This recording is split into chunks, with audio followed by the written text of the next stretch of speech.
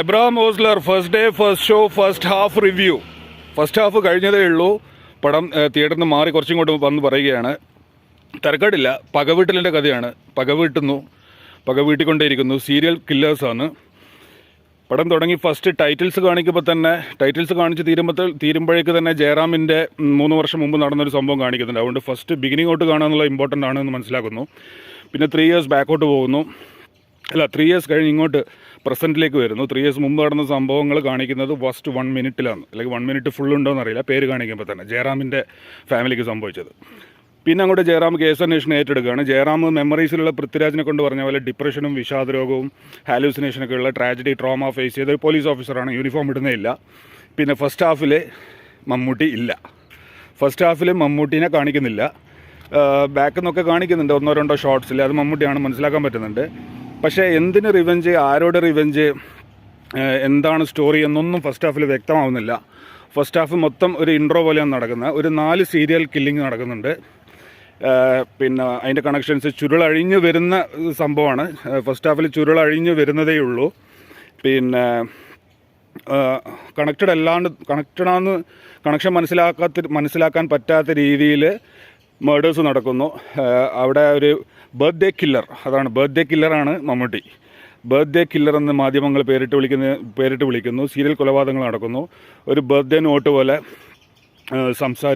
സംഭാഷണങ്ങൾ നിലക്കട്ടെ, പൊട്ടിച്ചിരികൾ മറയട്ടെ എന്നൊക്കെ നോട്ട്സ് എഴുതി വെച്ചിട്ട് സീരിയൽ കില്ലർ മറയുന്നു. അവരൊരാളല്ല, 2 ആളുണ്ട്.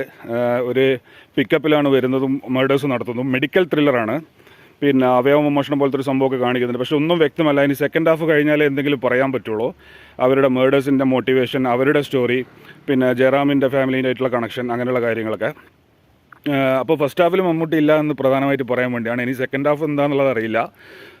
മറ്റു റിവ്യൂസും ഇതൊക്കെ വന്നു കാണും. എന്തായാലും പടം എൻഗേജിങ് ആണ്, ത്രില്ലിംഗ് ആണ്, റിവെഞ്ച് സ്റ്റോറിയാണ്. കണ്ടിരിക്കാം, തിരക്കേടില്ല, തെറ്റില്ല. പിന്നെ മേക്കിംഗ്, സ്ക്രിപ്റ്റ് സൂപ്പറാണ്. മേക്കിംഗ് കുറച്ചും കൂടി വേണമെങ്കിൽ നന്നാക്കാമായിരുന്നു. എന്തായാലും ഇനി സെക്കൻഡ് ഹാഫ് കാണാതെ കൂടുതൽ പറയാൻ പറ്റില്ല.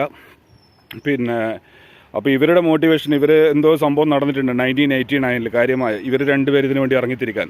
അതിൽ മമ്മൂട്ടി അല്ലാതെ മറ്റൊരാൾ ടീംമേറ്റും കൂടി ഉണ്ട് മമ്മൂട്ടിക്ക്. അത് കൃഷ്ണദാസ് എന്നാണ് ക്യാരക്ടറിൻ്റെ പേര്. നമ്മുടെ കോമഡിയൊക്കെ അഭിനയിക്കുന്ന, അവൻ്റെ പേരെന്താണെന്ന് അറിയില്ല. അവനെ റിവീൽ ചെയ്തിട്ടുണ്ട്. അവനിപ്പോൾ ഇൻ്റർവ്യൂവിൽ പിടിപ്പിച്ചിട്ടുണ്ട്. അപ്പോൾ ഫസ്റ്റ് ഹാഫിൽ സായി കുമാർ, അനൂപ് മേനോൻ, ഇപ്പോൾ ലാസ്റ്റ് ജഗദീഷ് എൻ്റർ ആയിട്ടുണ്ട് ജസ്റ്റ്.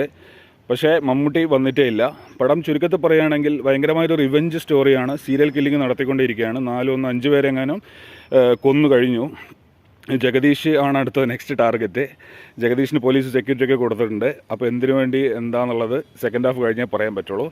പടം ഓവറോൾ തിരക്കേടില്ല, തെറ്റില്ല, കണ്ടിരിക്കാം. ഇനി സെക്കൻഡ് ഹാഫിൽ എന്താണെന്നുള്ളത് മമ്മൂട്ടീൻ്റെ ഒരു വരവും പിന്നെ പടത്തിൻ്റെ കംപ്ലീഷൻ കഴിഞ്ഞിട്ടുള്ള റിവ്യൂ ഉടനെ ഇടാം. Thank you. സംഭാഷണങ്ങൾ നിലക്കട്ടെ, പൊട്ടിച്ചിരികൾ മറയട്ടെ. ഇവിടെ മരിച്ചവർ ജീവിച്ചവരെ സഹായിക്കുന്നു. എബ്രഹാം ഓസ്ലർ.